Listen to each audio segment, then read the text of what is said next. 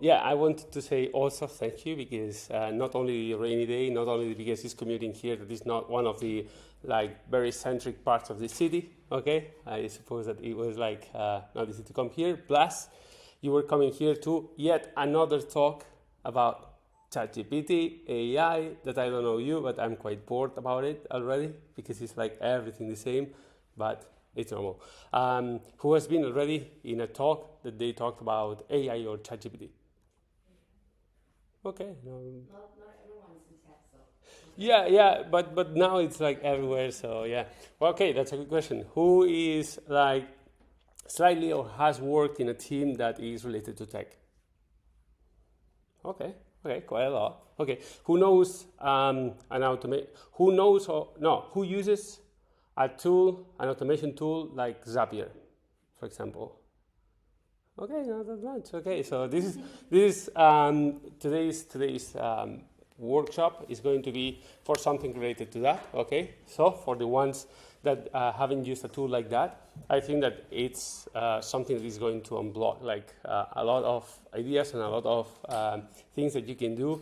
And also, it will let you automate some parts of your life. Okay, which is like something that is quite interesting. Okay, so first of all, I'm Arol. I'm the founder with Olga of Software Engineering Academy. I've been an software engineer myself since 20 years ago, and I taught at the United Nations or companies like Hotjar, Nespresso, and I has been like my last job before founding this thing was being like an engineering manager at Typeform. I don't know who uses Typeform. Okay, yeah, a little bit more than Zapier, eh? Ooh. Okay, first, what I'm going to do is a brief, because we have like limited time. So I'm going to do, as fast as possible, a little presentation about the current situation of AI and where are we headed, and or how that's going to transform society in the next years, or what I think how it's going to change society. And later we're going to go to the main part of the workshop, which is setting up, we're going to use Make, not Zapier, set up an automation tool in order to, I invented that use case, okay, maybe it's not the best one, but it's going to get every email from your inbox, and it's going to use ChatGPT in order to produce two versions, one responding positively and one responding negatively. So when going to the draft, you can say if you take one or the other. Maybe that's not going to be applicable from tomorrow, because also what is more important is the concept, like the semantic that you want to put into the response, and ChatGPT is not going to get that for now. But that's something that will give you the tool to then make where with what you can make your ideas a reality. Okay, and we can later engage in a conversation about what kind of use cases there are for automating your life. Okay, sounds right? Perfect. All right. So, what I wanted to, well, a little bit of spam. Okay, these guys in there are like some of the students of our software academy. So this is the thanks to the sponsor of this talk, which is myself. No. And we are offering quality-based education for software engineers, pretty much like the bootcamps that sprout all around, okay?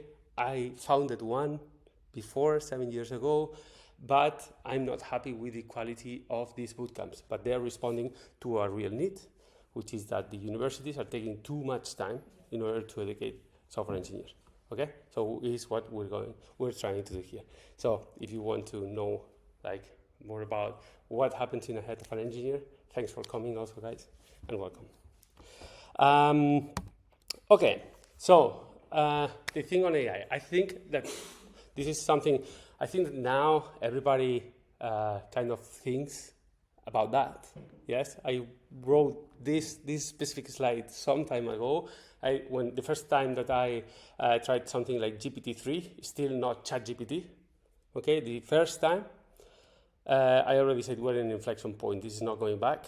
Okay, and this is going to transform like the way we work and the way we live in many ways. So the best way is to be prepared.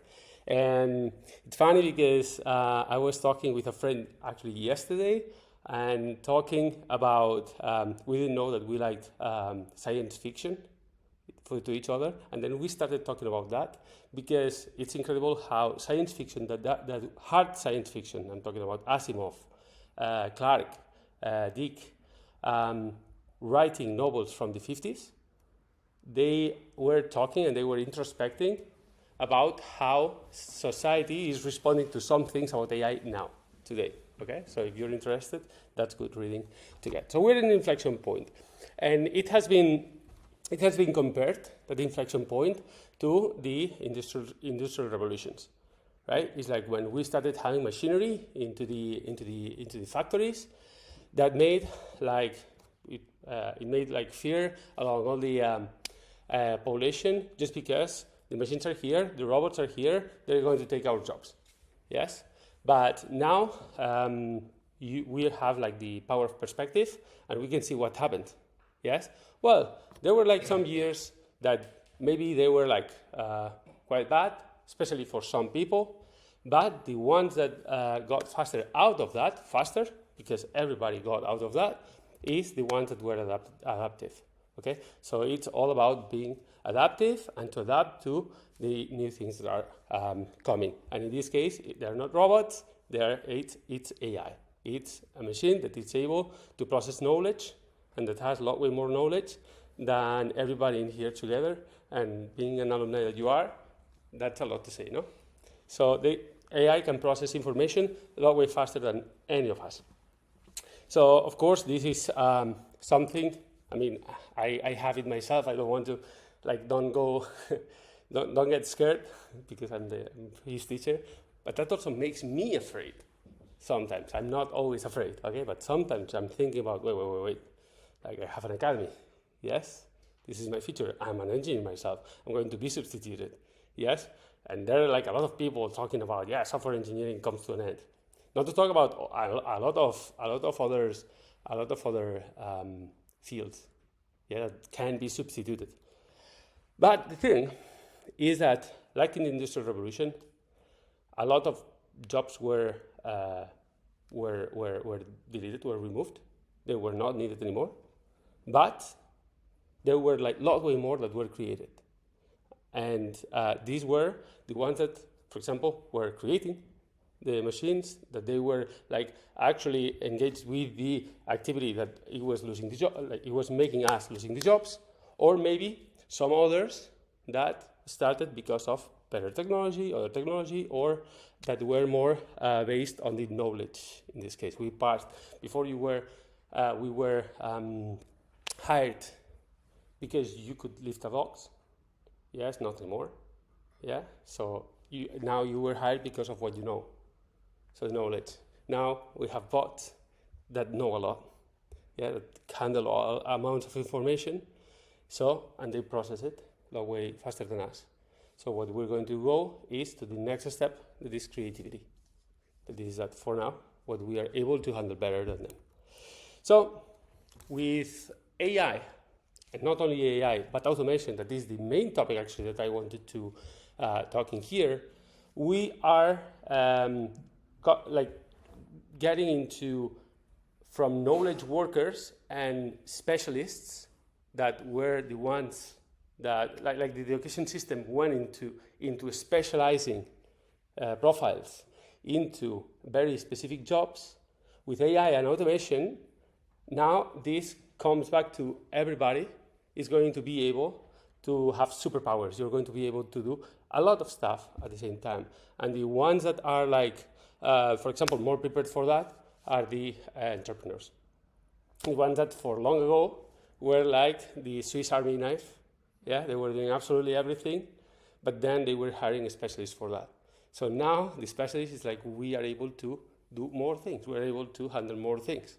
Yes, but not only for the entrepreneurs. Like everybody on their positions on the company, they're going to be even more able to do more things faster. Yeah, thanks to the AI and automation, and wider, let's say, in more fields. Okay, again, this is my opinion. Okay, so maybe that can be like a good discussion later. So, what is good in terms of being more adaptive is to know these technologies, get to know the technologies of, again, AI, yes, but have access to automation. I think that that's what is going to make the breakthrough for every individual. Yeah, that's just, I don't know why this was like so fast. Okay, now, I wanted to show you just to put yourself in my shoes right now of, this is the AI, this is the tool that I'm working with every day. So every time that I'm coding, I have this enabled, not when I'm teaching, yes, because when I'm teaching, I have to do it all by myself and show step by step. Okay, but when I'm working, creating my product, I'm using this thing. This is GitHub Copilot, which is now transformed into Microsoft Copilot, that maybe you heard the news 2 days ago. That is looking at my code and working as that, as a Copilot. I'm just making a comment, create an endpoint for create a user, and this is what it gives me. Yeah? And I can tell you, I understand that this is complicated to understand from your perspective, but I can tell you, this is correct. Yeah, or it's correct 99% of the times. Yeah, so hey, super cool, but scary as fuck. Yeah, so because it's like, hey, I used to do that. They were paying me for this. Yes, but the thing here is that we have to be able, from now, and I'm talking that with many people. It's not that you should be like my profile. That goes for you guys. Our profile is not one that should be done like, oh, you know how to program, you know you're developing like the programming language. No, it's like, you know the big picture, you understand what are the processes, and you're able to supervise an AI that you work 24/7 with it. Yeah, and that's it. That's not coming back. That's it. Starting from now, everybody works with Copilot. Yeah. So we have to, usually, in these kind of matters, engineers are the ones that get used to that, okay? And it's an advice for other fields to start looking into that, okay? It's easy for us because we already know the technology, how to automate it, and boom, are the ones that we have the use cases. So now we have to become that professional, yes? And I created like this kind of image in here that is like,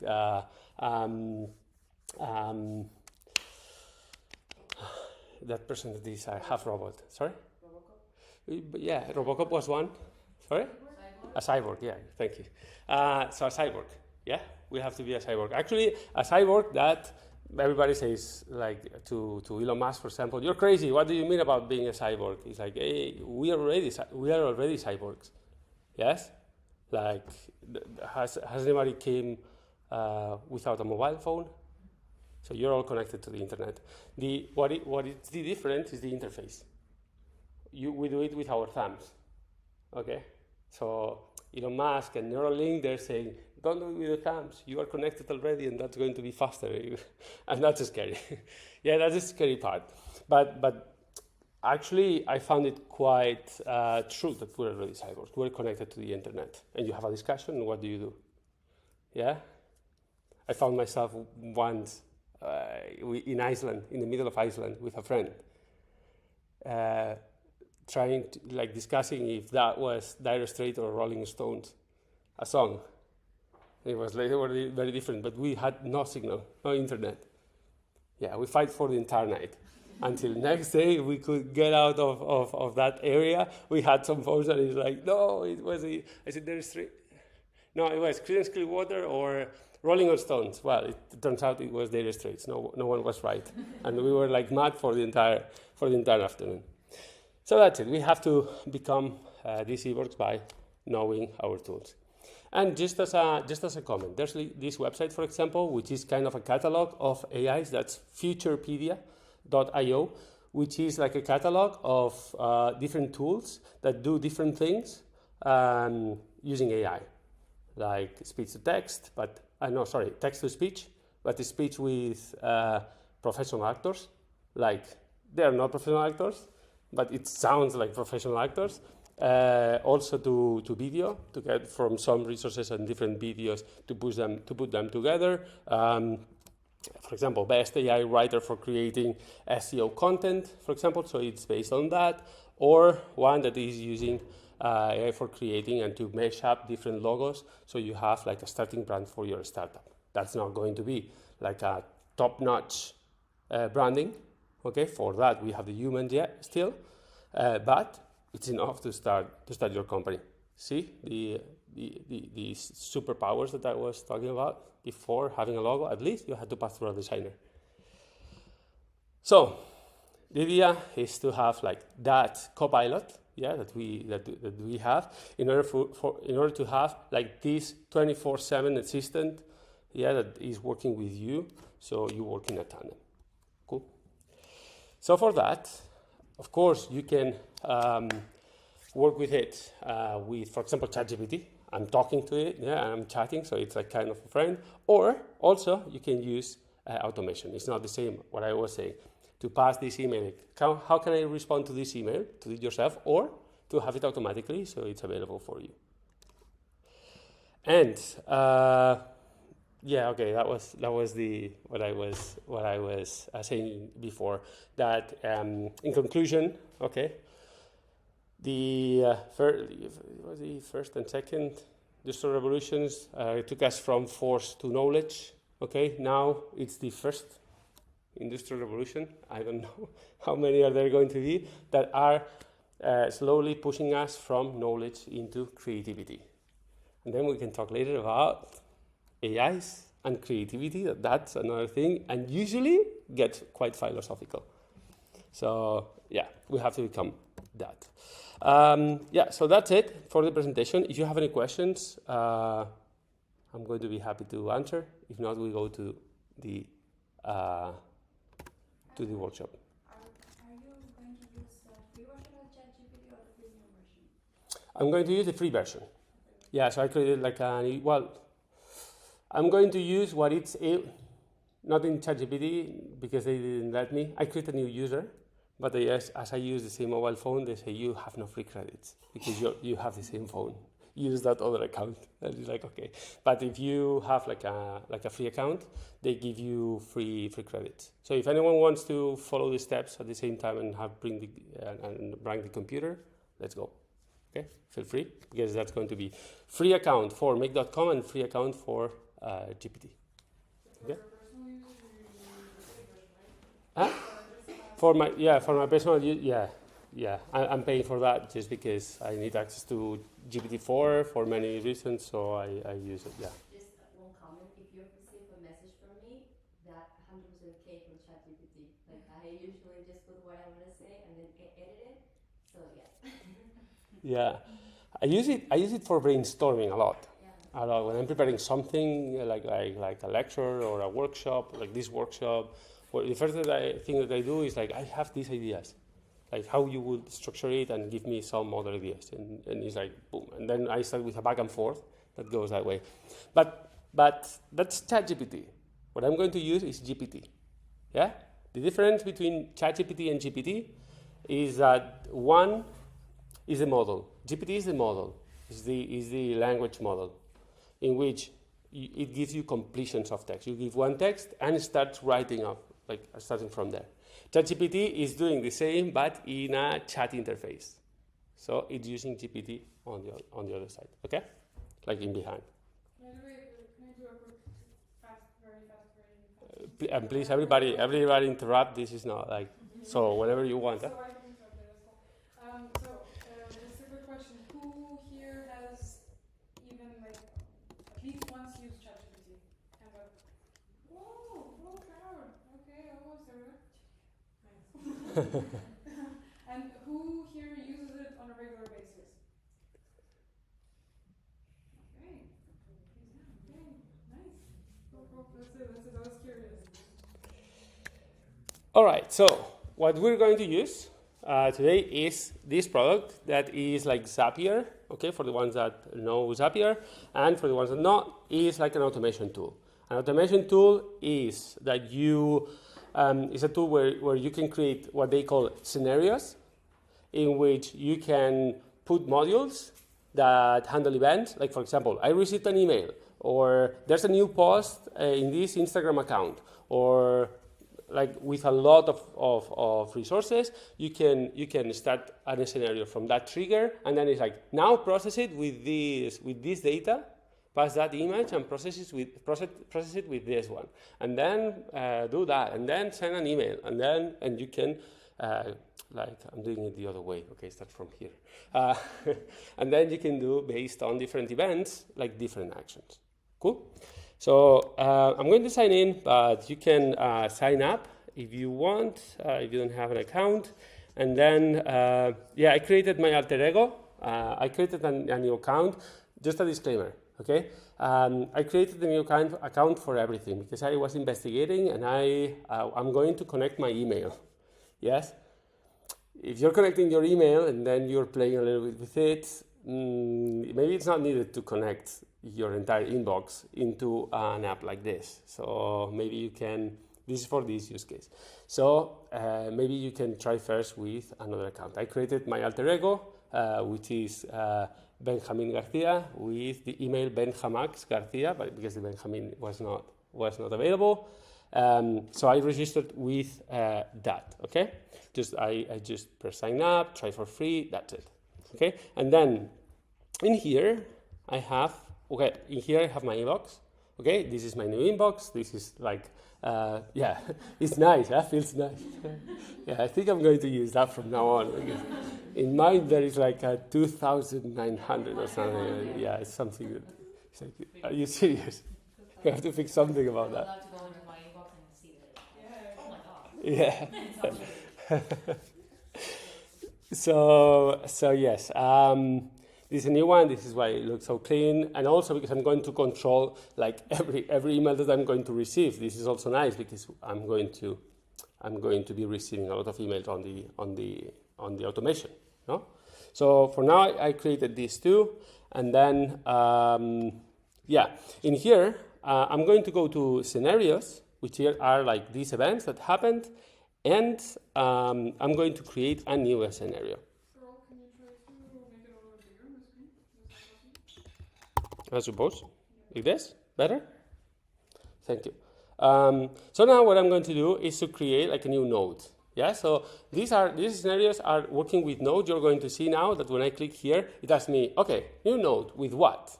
Yes? What do you want? What technology do you want to start working with? And then, by the way, sorry that I didn't mention something. We're going to see, like, I started too soon, no? Like right away. Okay, we're going to see some very complex concepts in the middle. Okay, so it's my idea on how to go there and then explain a little bit that complex concept. Let it say, let it be an API, for example, or things that, who knows what's an API? Okay, so I'm going to explain that too. And something very complex as the API credentials like OAuth and all these kind of things that you know what it is, but you don't know it's called like that. Okay, like for example, when you say signing with Google, yeah, everybody, who has used signing with Google? Okay, you used OAuth. Okay, that's called OAuth, and then I'm going to explain how it's used and how it works. Okay, very shallow way. Okay, very shallow. Okay, so in here when I create a new node, it says, okay, what service? And you see services that you don't know in here just because I'm scrolling down. Do you see this scroll knob? Okay, there are a lot. So you don't know many of them because actually there's a lot of products that you don't know. But if we start searching for it, I'm sure that if I search for Instagram, it's there. And then even Instagram for business, right? If I search for, I don't know, Spotify maybe? Yeah, Spotify is there. Or maybe a Google form. Oh, form? Yeah, Yes, Google Forms or I form too. No, maybe. No, I have to. Okay, so in here we're going to go for Gmail. Okay, so in here I'm going to create Gmail, and when you click in one of these services, then you have like another list that is what are the triggers or the actions. In here, the trigger, we only have one.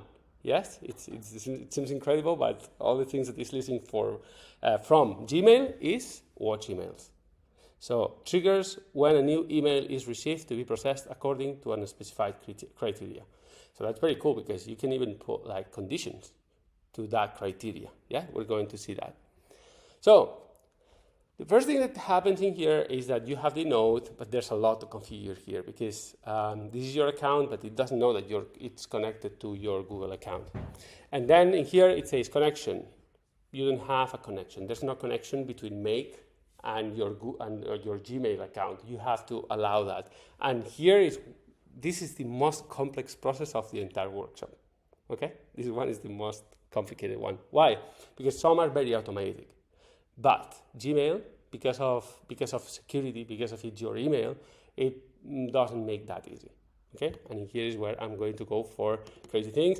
And sorry if it's too difficult of a level, but you have it recorded, and if you're setting it up at home, you have my email, so you can ask for help. So okay, that's going to be my Google restricted connection, and it's telling us if you're using a personal Google account. I am. There are some additional steps required to connect. We have a step-by-step guide with a video. That's a complicated thing. When I saw here, it's like, that's not going to be that easy. So here are like the steps, okay, that I'm going to, here are the steps that I'm going to do. Sorry for that, I'm going to do quite fast, okay? So we get... Can you explain for the non-technical people why Google is asking that? Like why this data is not actually getting to? Yeah, totally. So basically, you have your account on Make, yes? And then you have your account on Gmail, yes? And not because it's the same email, they are sharing information because there are two different products completely, okay? So in this case, you're asking why we need to make the connection, but not why this message, no? So now what Make is going to do is to have the presenter in here. No. Okay.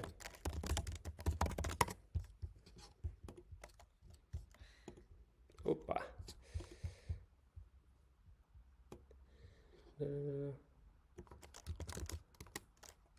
This is it. Okay, now.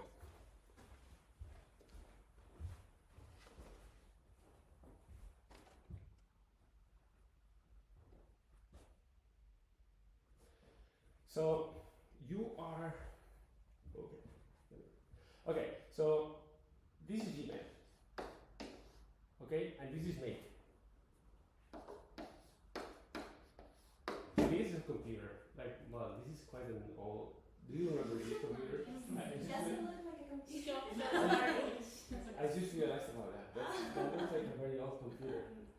I never had to explain that. So. Okay, this is a very old computer, but this is called a server. This is like the company Make, no, or the company like Google has their own servers that are computers that are storing all your mails. So when you ask for it, they give it to you. So this is the server of Gmail, and then you're here, right? And then thanks to your username and password, yes, actually they give you kind of a strange code, yeah, that is like QXT 00, like very long, okay? So nobody can guess it. So it's your kind of temporary password to talk to Gmail. And just with that, it gives you all your email.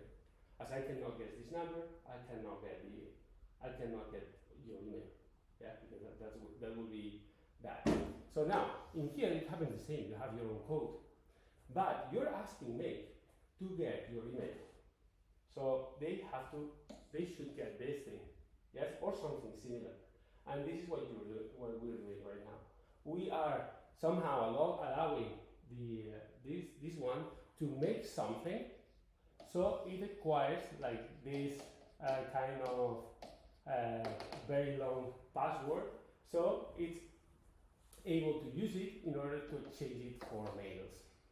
Yeah, so we're giving permission in this case. So it's a lot. That's why there's a lot of steps. Exactly. Yeah, you can see already that this is quite complicated.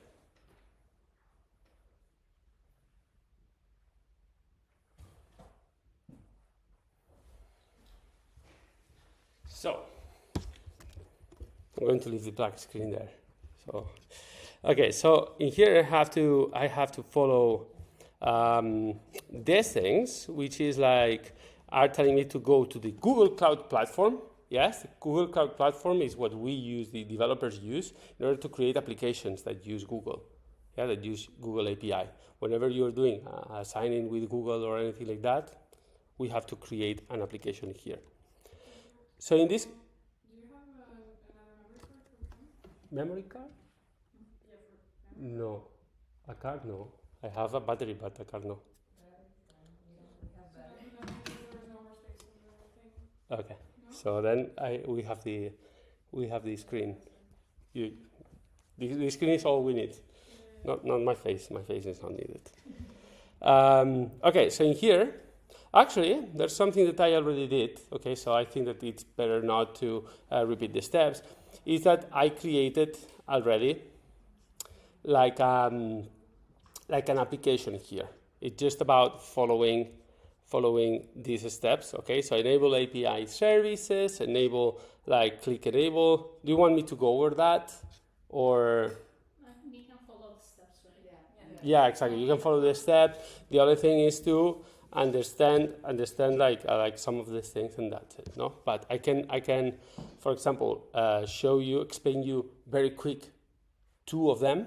Okay, that are quite difficult to understand. Like, for example, are the see, it's even showing you what is the information that it's asking. You're familiar with this, right? So you're editing this screen in here. That is like the app name wants access to your Google account.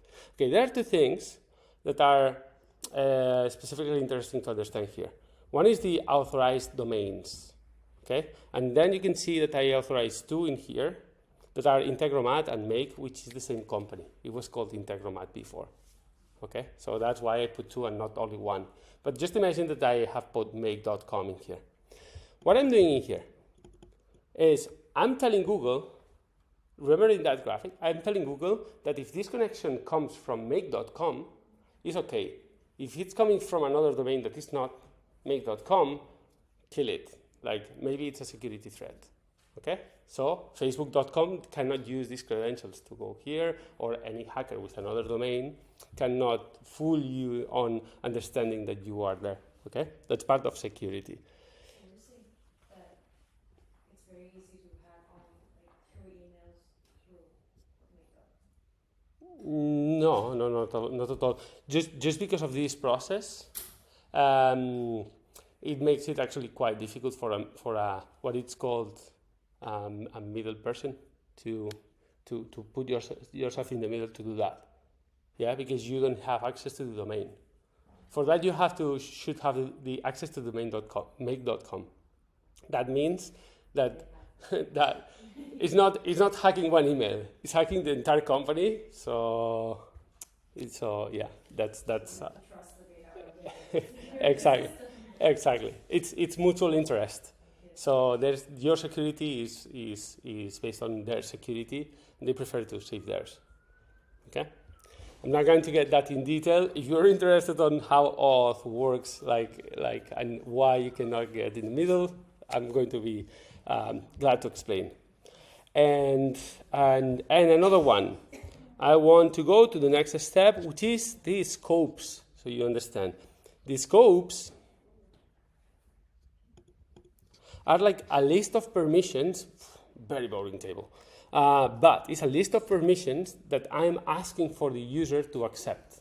And it's like, my app wants to read all your email, wants to respond to your email, and wants to do this thing. When you are, since you are interested in security, when you are accepting that button, okay, there's a little link above that says see all permissions.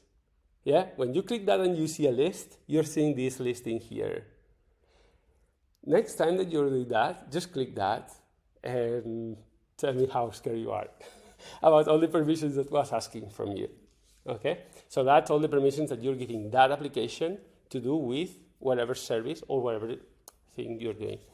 Usually, that again, this process is quite difficult because Gmail and email is not very normal to access.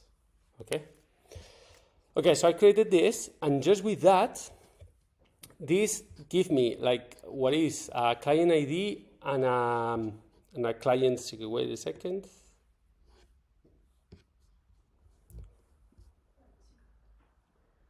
Yes, exactly. That gave me like this long password and this long password. This is what I have to put into make.com as saying, hey, this is your client ID and your client secret. So it's like your username and your password. This is the same for accessing like the for telling Google that you are this application. Okay, and this is what I'm going to do. So I'm going to go here, create a connection, showing advanced things. See, client ID, client secret. Sorry, it's getting better from here.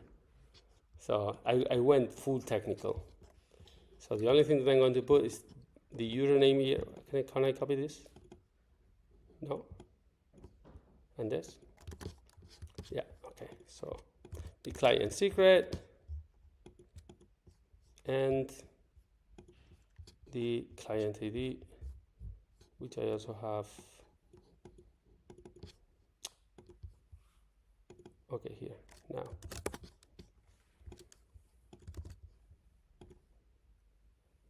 With a lot of other services, you don't need that. Okay, so. I'm using Grammarly, Yeah. for example, and also it has the same, thing like it reads my text. And Yeah, stuff, yeah. But it was not that complicated. It's because No, I'm but giving the automation to send and receive. yeah. This is the thing. It's like Grammarly is an end user application. Yeah, so they are not making it complicated. The problem with that is that then you have to wait. What I'm trying to do here is to give you like the possibility, and maybe I'm making it hard to go with Gmail and this process, but in others it's a lot way easier to do your own automations. That means that you're not going to depend on Grammarly to make that feature, to develop that feature, and to ship that feature for you to have. So you become more free from the company, and then you're doing your own stuff. Yeah. And for example, an example is that Grammarly is coming very late to the party. I was with that friend that I was talking yesterday. We were commenting that Grammarly is coming very late to the party on using that prompt in order to use AI. Okay, so I'm going to give. This is telling me that, hey, careful, this hasn't been verified just because I created that application, and Google hasn't verified my application. That means if I give it to you, you're going to get this message. So you go back to safety. Yeah, back to safety, and you don't have to get anything, but I'm going to press continue. Okay, Integromat wants an additional access. Continue. Integromat is make.com.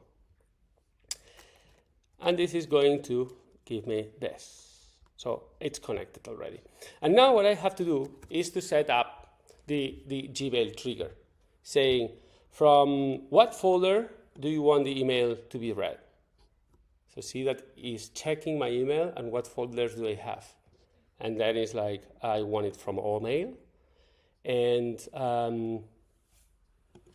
actually, I'm going to put it from the inbox, not all mail. And then I can set a simple filter, or I can get a Gmail filter. Okay, Gmail filter, I don't know if you have used it, like send, colon, and then, or label, colon, and the label that you want. You can use all these things. And in here, I can say all emails, all read emails, all read emails, all emails. Mark email messages as read when fetched? No. Okay, when you get it, I still want to see it as unread, so I can have attention to that. And maximum number of results, fetch one at a time, just one email at a time. And I say okay. And it's like choose where to start. From now on, all emails, because I have one email before that I want it to process. Cool. Okay, so now I have this node. This node only gets emails one at a time from my inbox. And I can connect it to somewhere else. Okay, and one thing that I can do is to get another node. And this node can be Gmail or can be any other thing. In this case, for example, I'm going to get ChatGPT. Yes, and I can make like one of these actions. I selected that, and look at the actions that we can do. Create a completion, create an edit, create a moderation, generate an image with DALL-E, or make an API call, yeah, for the advanced ones. So in here, we're going to do it like with creates completion for the provided prompt or chat. And then in here, the same, create a connection. So in this case, it's already giving me like this, the API key, an organization ID. It's asking me for some details. Here is way more easier, okay, way easier. In here, I go to, not here, I'm going to my account, which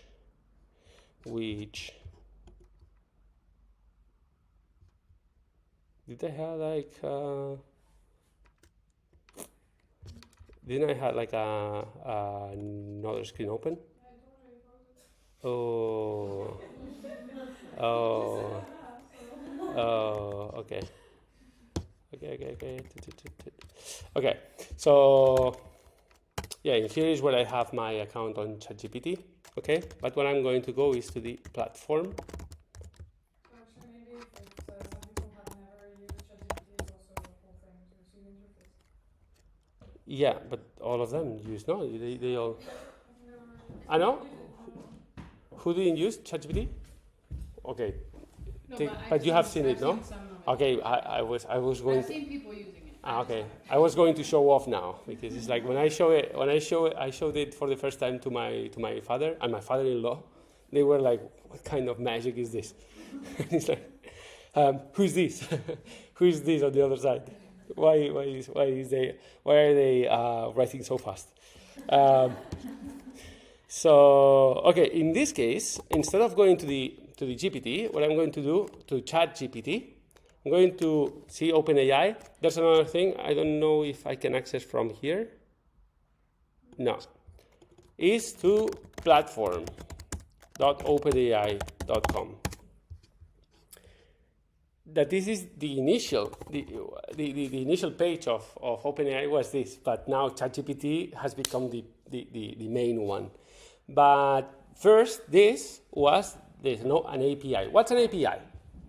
An API is like, an API stands for Application Programming Interface. Okay, so the only thing that I want is the interface part, yeah, the I. It's an interface. An interface is what we use to communicate with an application, right? Visually, for humans.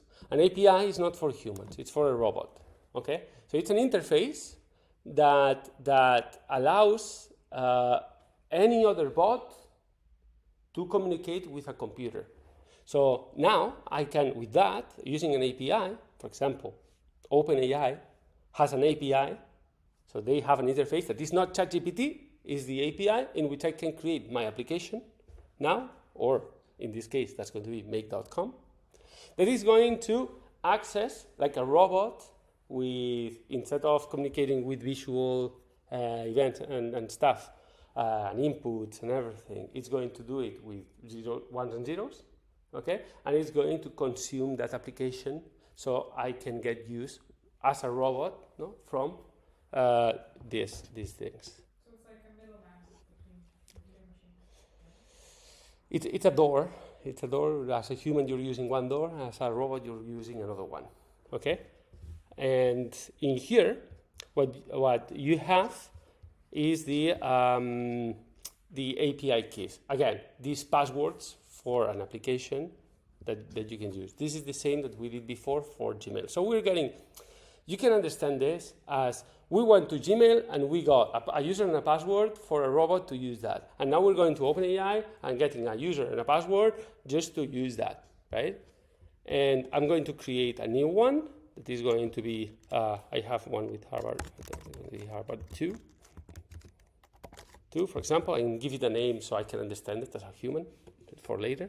And this is the API secret, which I'm going to remove later because this has been recorded and this has been exposed. So you, with this API key now, have the ability to spend all my credits on OpenAI. Okay? I have a budget limit on 5. That's important too. You cannot. Yeah, it's because there's no. It's no. I thought it was an I. I thought it was an I. I thought it was an I. This guy is tricking me all the time. Have to be aware all the time. Okay, so in here, create a connection, and then I'm going to call it my OpenAI connection. I'm going to put the secret, so that password. I'm going to save it. It's going to try to connect with it. Perfect. Yeah, that's working. Okay, select a method. I'm going to do a chat completion. Okay, what model? GPT-4, GPT 3.5, 3.5 Turbo.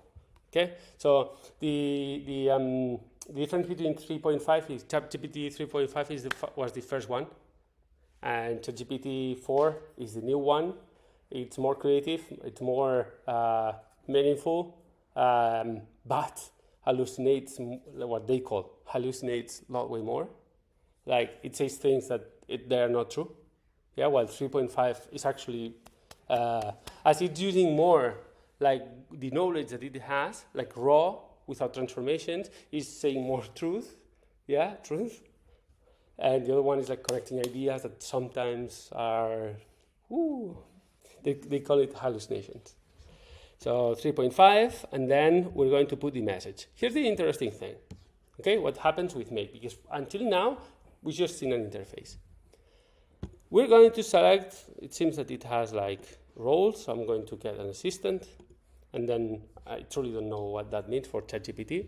But in this case, the message content. What are we going to send into ChatGPT? And in here is where what is different for when we do it as a human. As a human, you write what you have. And if you have an email, you copy and paste it. But in here, what we can do is to use anything that was got from an email already from that connection. And in here we can have, like, for example, this is quite complicated, but you can see here that the subject is presentation. Yeah, presentation, ... Presentation. Yes, it's this email. Yeah, so I can get the content from that and channel it to the other thing. So what we're going to say is, hey, ChatGPT, can you write, or not can, do you, like, do you write good things to ChatGPT? Or are you? There are two kinds of people. The ones that say thank you. If they actually become like super smart, they wouldn't have a good opinion on you. Yeah. There are two kinds of people. The ones that say thank you after using ChatGPT, and the ones that don't. Who say thank you to ChatGPT?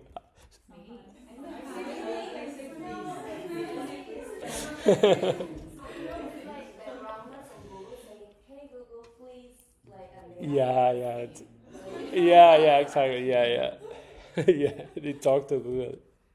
That's true. And it can become like quite emotional also ChatGPT. The other day I was asking for a like condolences message, and it went like, "Oh, I'm very sorry about your loss. Really, I hope you and your family are all okay." And I was like, wow. I was asking for just to get like that. I was like too tired to think of a nice and friendly message when you're not close to someone, but also not a friend. Yeah. Blah, blah, blah. Well, It's like emotional, empathetic. Before it was like just giving the answer, and now it's like, oh, I'm sorry about it. Oh, congratulations, blah blah. It's like even comments. Yeah. No, it's getting used to. Yeah. It's emotional. And It's like, oh, thank you very much. Hey. and they were talking that they were adding like some inputs, like when they were detecting that the conversation was becoming suicidal, they were adding like a hook in order to ask for help. Yeah, so they were like, it's one of they have GPT is free, it's like it goes, but when they're detecting that the input from the user goes into one direction, it's like, hey, we detected that maybe you will need some help, so here are like some information. They were talking about that because a lot of people use it for conversation. So to express things that with a human you don't want to, and that you're getting. Have you? Totally, yeah. Have you seen her? Yeah. I have a friend that is one of the two main projects in the world trying to replicate that now because of this current wave. And they're using the voice and they're using AI for reproducing the voice. And you can search for it because it's like it seems like quite appropriate. It seems like the movie right now. So yeah. So, okay, now I can tunnel everything here. So I can say, write 2 versions for answering the following email. One answering positively.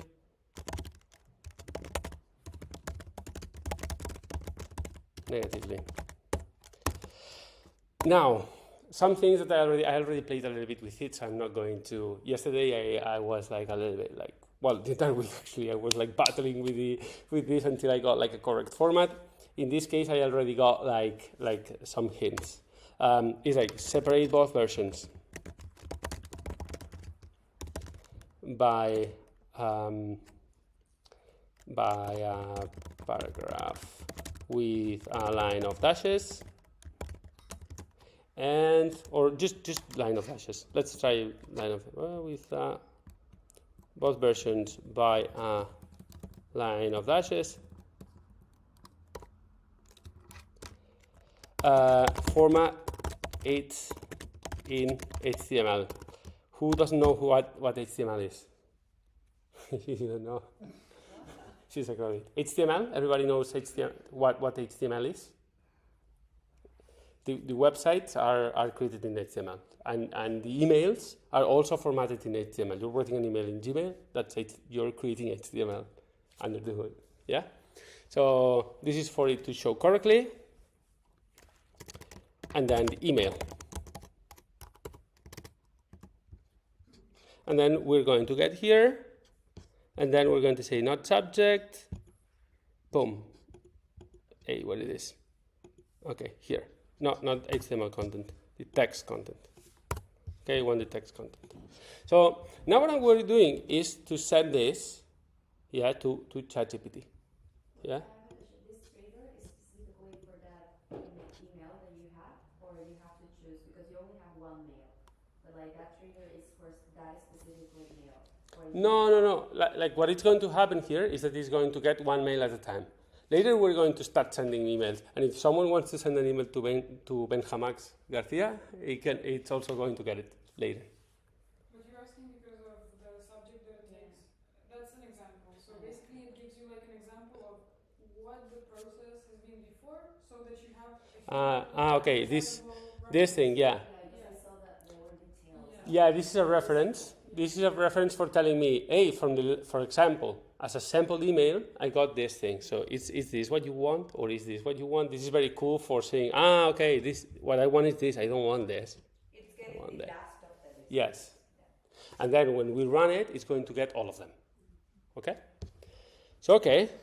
So actually, we can maybe run it once. I'm going to lose that email, but then we can send another one.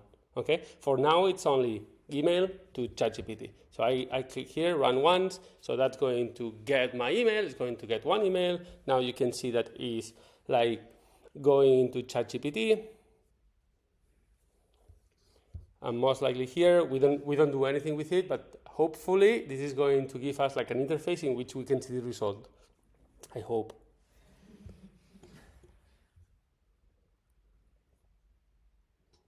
Otherwise, the process of what he's trying to do, is it clear? I can make a review now. So, for example, In here we can see like a cloud that is telling us that I have one sample, right? From running this Gmail, I had one sample. I go here and I have all the data structured of what my email looks like. And it's like text context. Okay, hey Benjamax, find attached the presentation for the Harvard Alumni. Hope you rock it. Okay, so it's like this, and then it's getting this and passing it to ChatGPT. So ChatGPT was as an input getting the message, right? And it was writing this. Write 2 versions of the entering of the following email. The email. Hey Benjamax, and it's the one that took from Gmail, right? And the output now that I have is appearing here on the choices. Okay, why? Because ChatGPT decided, like the ChatGPT team decided that it's going to give you the information in that format. Okay, and when we open this, the message, the content is going to be this. It's an HTML that is saying positive response. Hi Arol, thanks for sending the presentation through. I really appreciate it. I'll definitely do my best to make Harvard proud, blah, blah, blah, blah. And then the negative. Thanks for sending through the presentation, but I'm afraid I won't be able to present it at the event. Okay?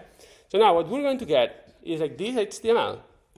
And now we're going to send an email. Not send an email. We're going to create a draft. Okay? We're not going to send an email to no one. So then in here, I'm going to create a draft with my restricted connection. I did it once. It was a long afternoon, okay? But that's it. I already have it connected, so it's automatic from now on. And I'm going to put it on into the inbox in this case, just to, not in the draft, so I'm going to put it into the inbox just to see it. And then it's going to be 2. I have information in here, so what I can do is to get the email address. Yes, so I'm going to say whoever sent the email, I want it in the 2, so I'm responding right now. And then on the subject, I'm going to say response subject. And for the content, that's going to be the data from ChatGPT now, that is going to the choices, message, and the content, which is like this HTML that was there. No attachments. Okay. So now, both. I'm gonna send it to. No, it's a draft. You choose it first, and then you send it. Yeah, or you send both by mistake, and then that's it. You are everybody knows your secret. This is an idea. Okay, this is an idea that later we can talk about applicability. So now.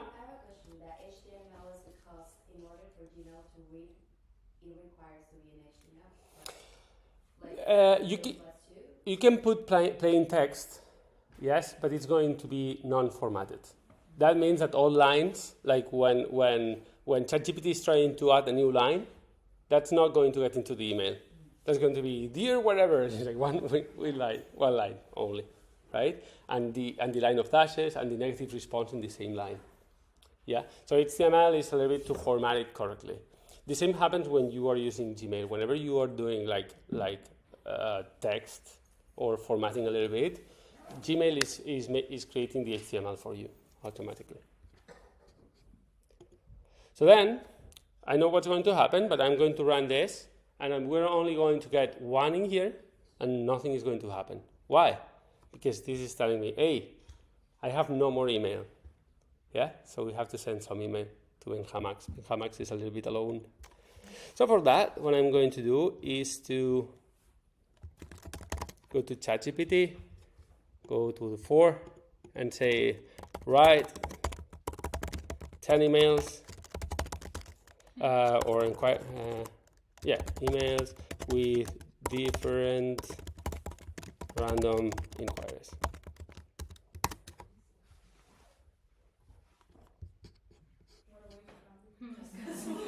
Huh? You give it a B. Okay, so at least we have 1. Inquire about your custom wedding cake service. Dear team, I hope this email finds you well. I'm planning a wedding for October. It seems good to me. So I'm going to get this one. and then I can send it from Benchamax to itself. Okay, so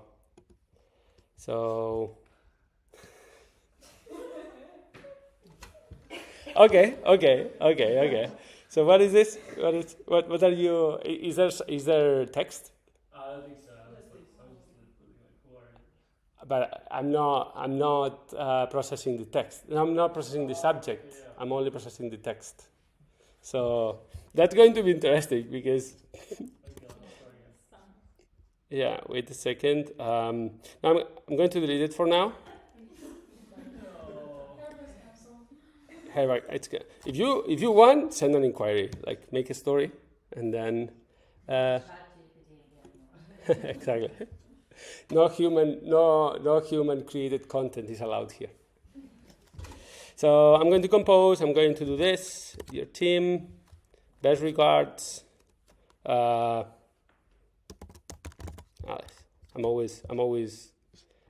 We're always using Alice, Bob, and Charlie because they are the ABC. So, engineers we're like this. We're boring. We didn't have like creativity for any other. Wait a second. I'm thinking. Yeah, I have it in here. Inquiry about anime. Okay. Here, going to. No, in here. Okay, and in here that's going to be to myself.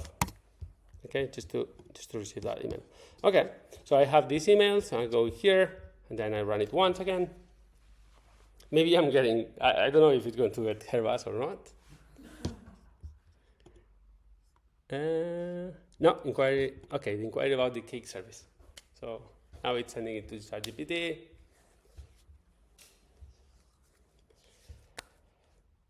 Demo moment. Huh? Demo moment. Yeah, no, I know it's going to work. And if not, so we debug it. You have time, no, to debug? Usually debugging sessions take like a lot of time to see where's the error. You can see a programmer speaking there. Yeah, I'm a software developer too. Okay, that's why. So you can debug. That's why I laugh with Alice and Bob. Okay. Okay, that's why. I'm the one reporting bugs.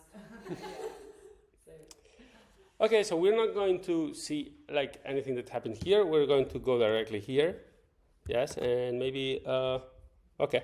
So we have this unknown sender, okay, which is like, didn't I create a draft? I did create a draft, or, okay, maybe it's because it's not in the folder draft. It's not as a draft because of that, okay. Yeah, you put it in the inbox. Yeah, in the inbox, yeah, that's true. Because I wanted to look fancy, but too smart. Okay, positive response. Dear Alice, thank you for your email and congratulations on your upcoming wedding. We are delighted to hear that you are interested in a custom wedding cake, or the negative response. So in this case, and I cannot edit it because it's not an inbox. Because it's an inbox and it's not draft. We have to change that. We're going to, okay, so see, we are, okay, get me after work, let's go. Okay, I don't know what that email is about. So let's go. No, stop. Are you replying though? I didn't change anything.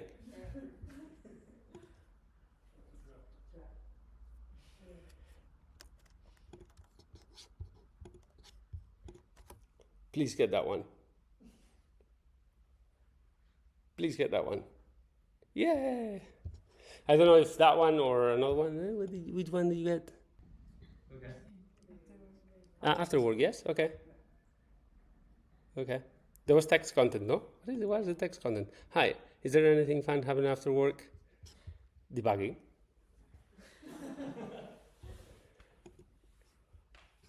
Okay, we got a response, and we're going to, nothing gets here, right? But in the drafts, there's one. So I have like, I had it in here as well, no? So then that's going to give positive response. Hi, Jana. Yes, there's actually a team building event happening at the local escape room. It should be a fun challenge for all of us. Okay.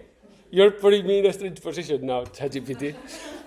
And Hajine, unfortunately, there's nothing planned after work today. Is there something specific you had in mind? So, Quite friendly anyway. Eh? Friendly, the negative. We can make it like we I'm can only more negative, like this. we can go. The cool thing now is like we can go here and we can say, can you use a passive aggressive response for the negative one? So a negative one with a passive aggressive behavior, and positively with an I don't know. A loving behavior. Okay. Somebody wants to send an email. Do you have another email? Where's that email? Benjamax, it's yeah, like that. benjamaxgarcia@gmail.com. Because Benjamin was already called. So. For reference. Yeah. It's not me, it's Max.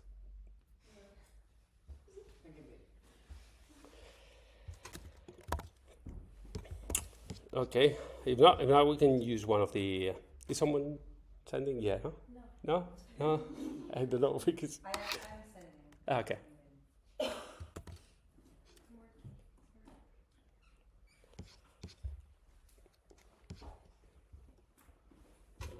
You also mentioned debugging, and I wonder what... He was a joke. He was a joke. No, I know, but while we're waiting, maybe it's worth mentioning what debugging actually is, or not. Yeah, maybe yes. Debugging is the art of like removing bugs. That classically, yeah, it's getting errors. When you're programming, you create errors, yeah, and these errors, when you debug, it's when you are actually catching that error and then fixing it.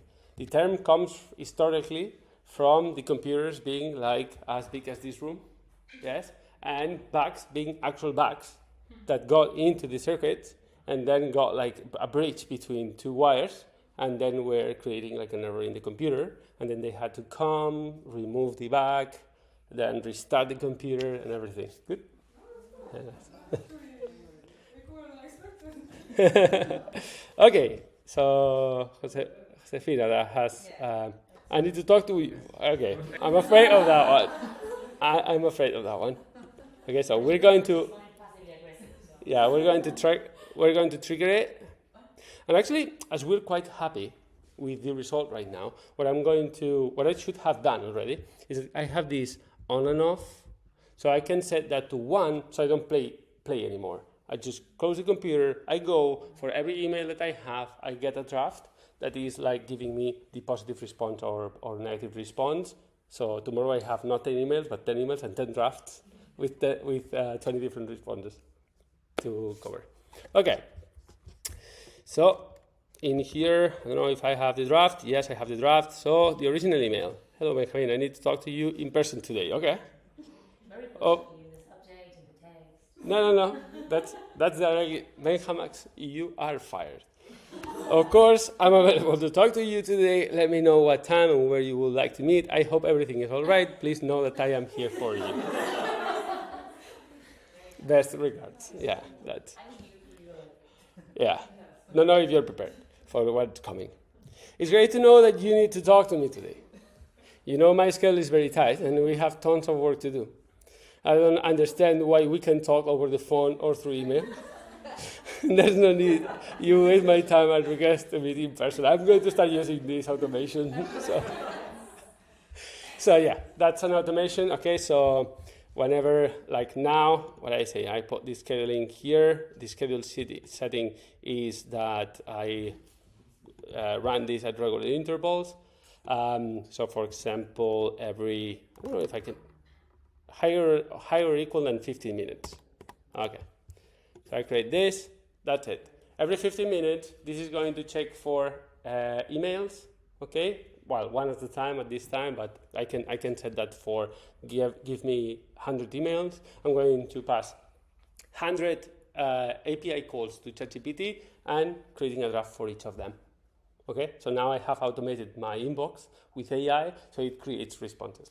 So I have a question. These responses are random. They're not actually myself. So can I connect my data, like my work, my documents, You could. You definitely could.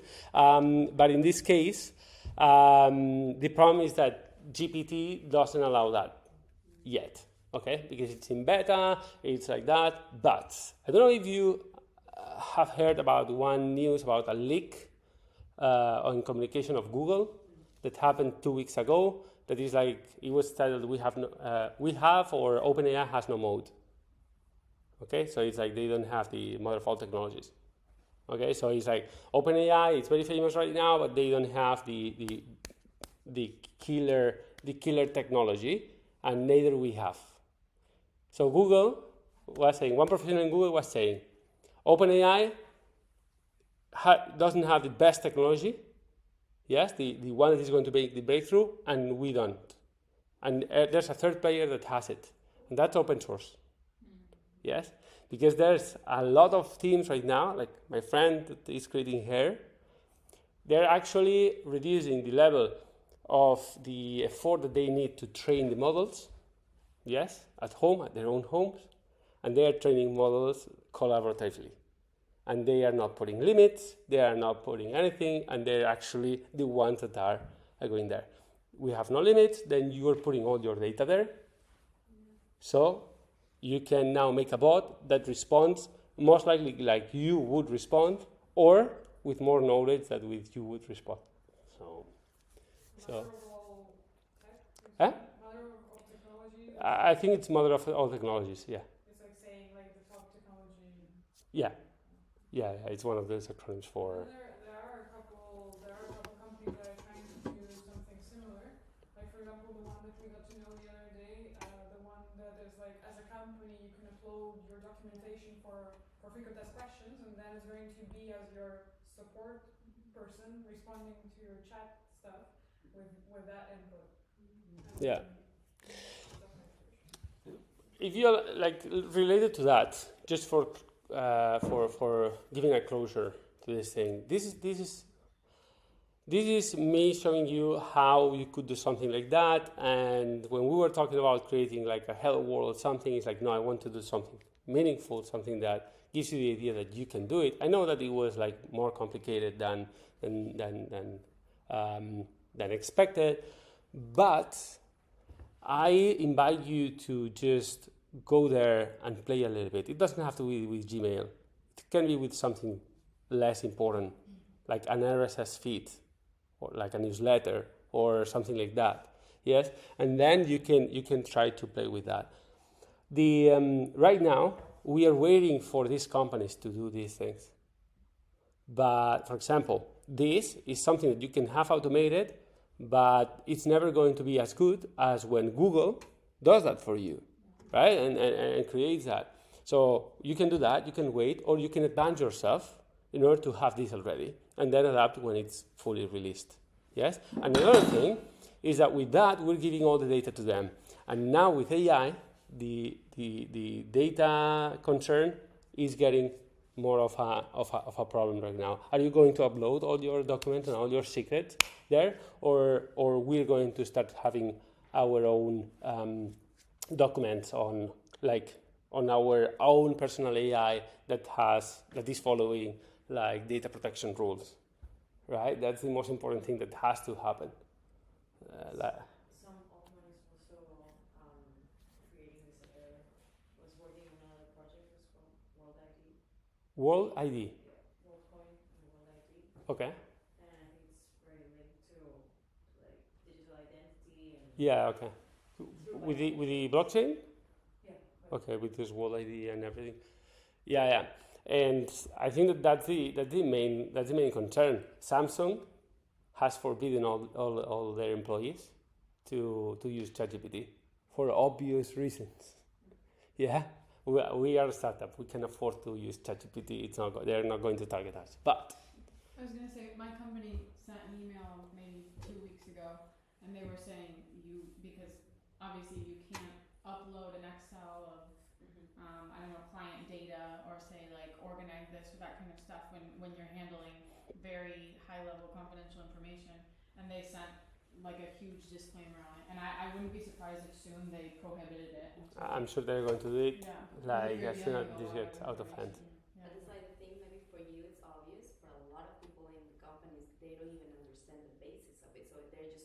Yeah. they may be actually working with sensitive data, but they don't care and they Yeah. don't get it. So Yeah, because you're feeding information that's not even available to the public, you know what I mean? And that's what the company is saying.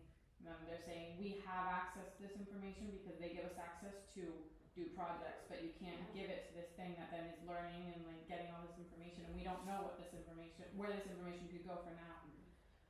So no, they sent a huge disclaimer about it. Yeah, Copilot is has been already GitHub Copilot, not Microsoft Copilot. The one that I use for coding, it has already been like discussed really seriously, because it has access.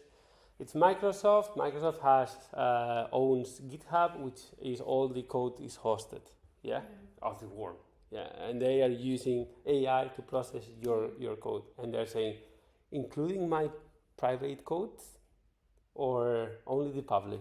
They didn't respond it. So, we're not going to do it from now on. But so that's it. I have a question. Yeah. Regarding what you were mentioning about the open source models, what is the tendency now? Like increasing parameters, increasing the training, or making more elegant models?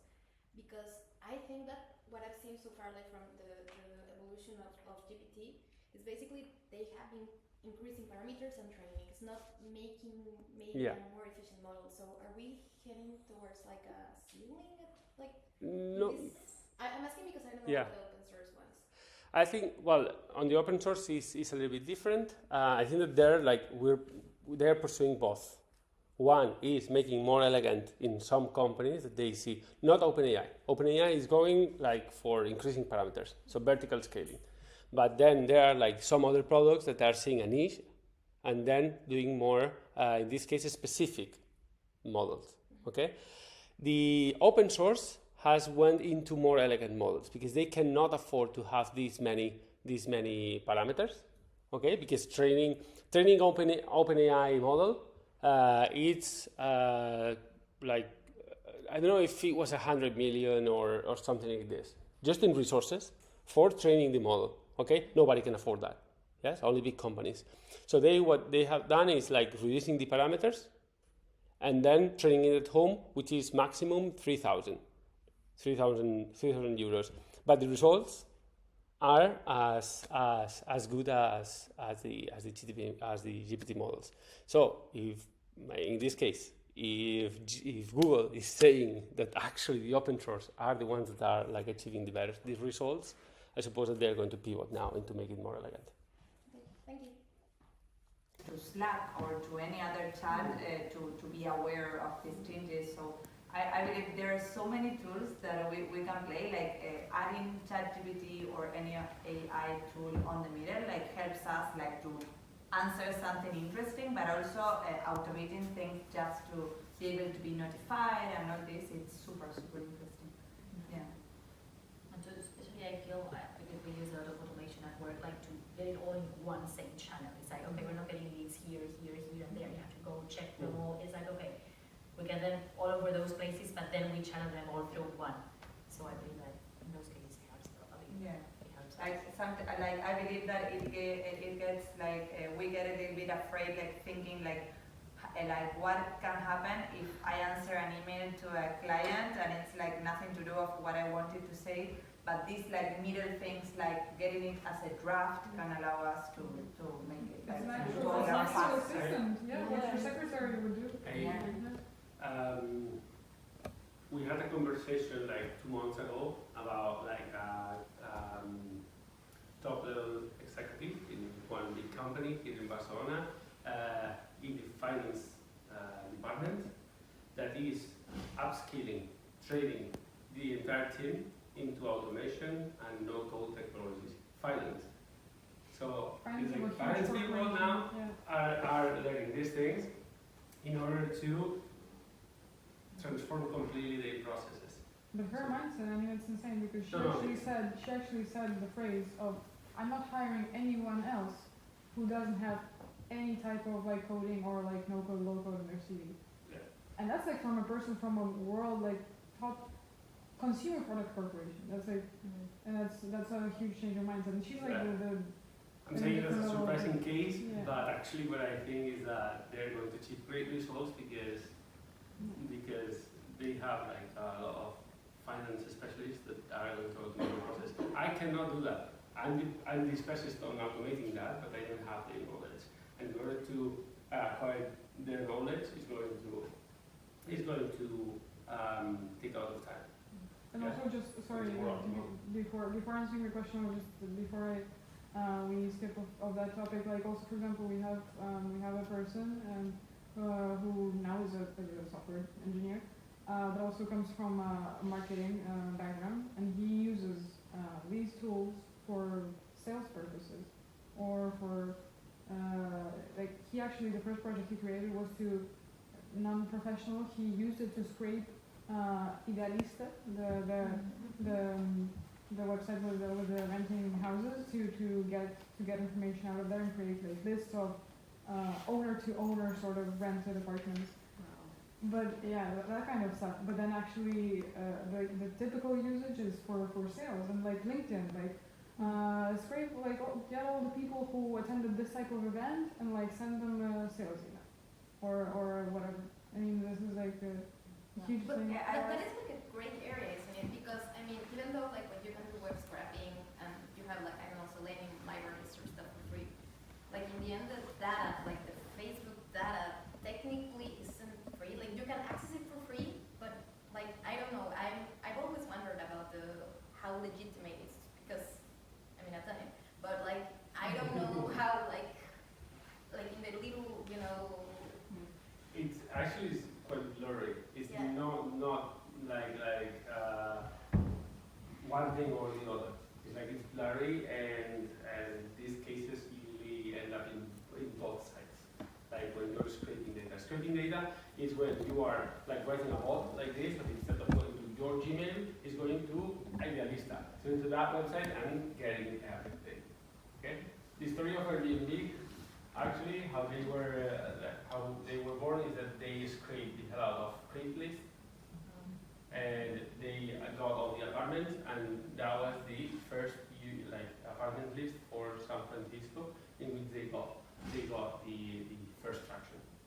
So they stole all the data from Craigslist to Airbnb. They were publishing this on their website? Yeah, it was one of the first cases in history that it was about scraping. Because Craigslist was not even an app. No, we did that, but we didn't put like just like other it's something that it's interesting, but I never thought about like just publishing something that was not published. The key here is the year. Yeah. Like they did quite soon, and it was one of the first cases. It was not what happened is like Airbnb is huge now, so when they reacted. Or emails and But also officially, it's like up to a certain point, right? Because the information is there, it's public, so potentially manually you could go take that information and copy it elsewhere. So it's like any marketplace. and then for sure you have all the small letters that you say accept terms and conditions, and that's there. Yeah, it's. I sent the emails just as a souvenir. Yeah. Okay, you got the pacifier as a boy. I got a nice one. It's gonna be a lovely one, huh? I thought it was more appropriate in that email, but it was, yeah. Cool. Any other question? Or a comment? I actually wanted to add on what you were saying before about the person who's only hiring like very technical background people. Just this is from personal really recent experience. I entered like this challenge with a couple of friends for prompting engineer, and it's really interesting because like 3 of us have technical backgrounds, and there is this one literature major, and she comes up like with these really creative ideas to like pose queries for like different models, because it doesn't only use ChatGPT, it also uses Flan model, and I don't remember which other one. And I think that's also very valuable. Like it's becoming super valuable because it's not about developing the models themselves. Like the models are there. Like you can also work like in development team, but it's also about how to learn how to use the technologies. And part of it right now is just actually learning to talk to it. And since like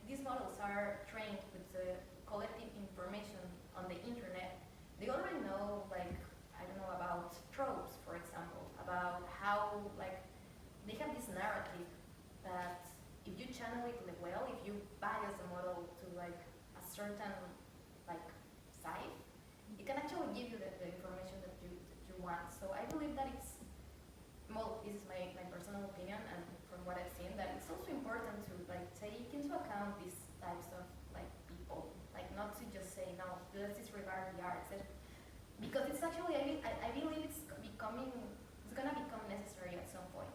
I actually think it's the same thing. I mean, because